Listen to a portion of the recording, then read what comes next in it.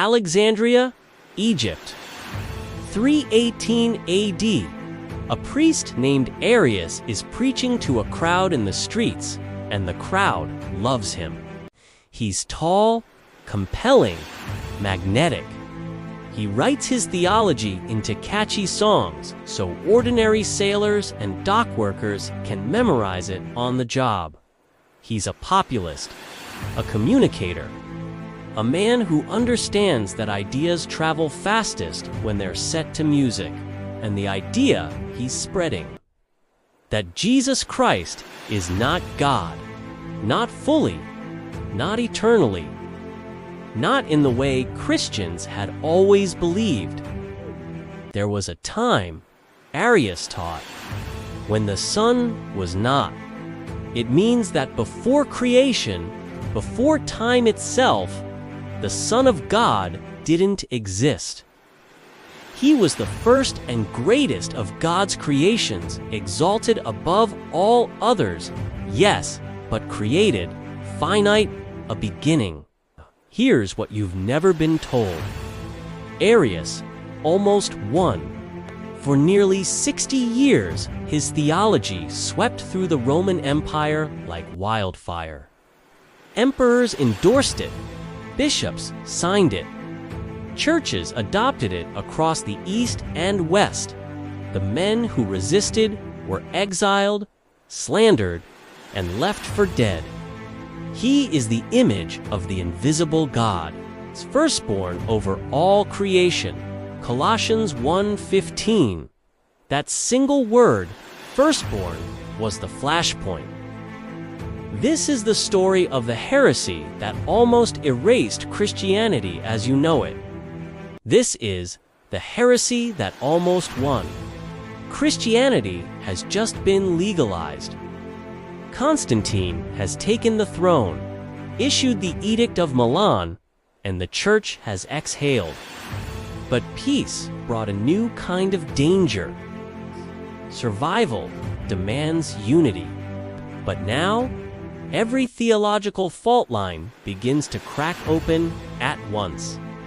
And the biggest fault line of all is this: who exactly is Jesus?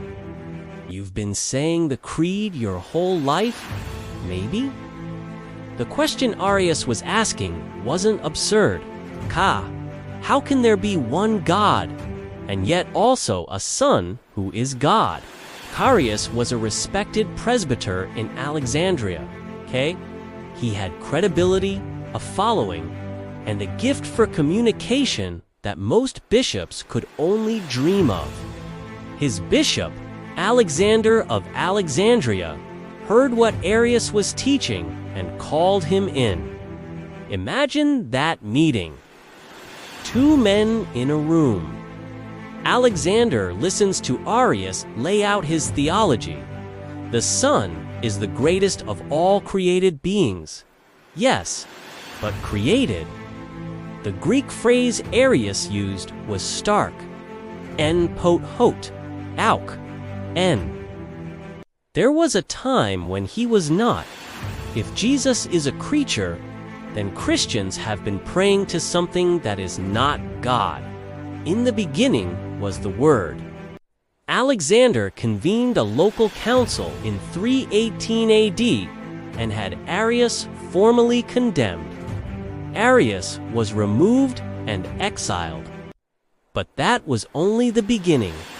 Arius didn't go quietly. He traveled. He preached.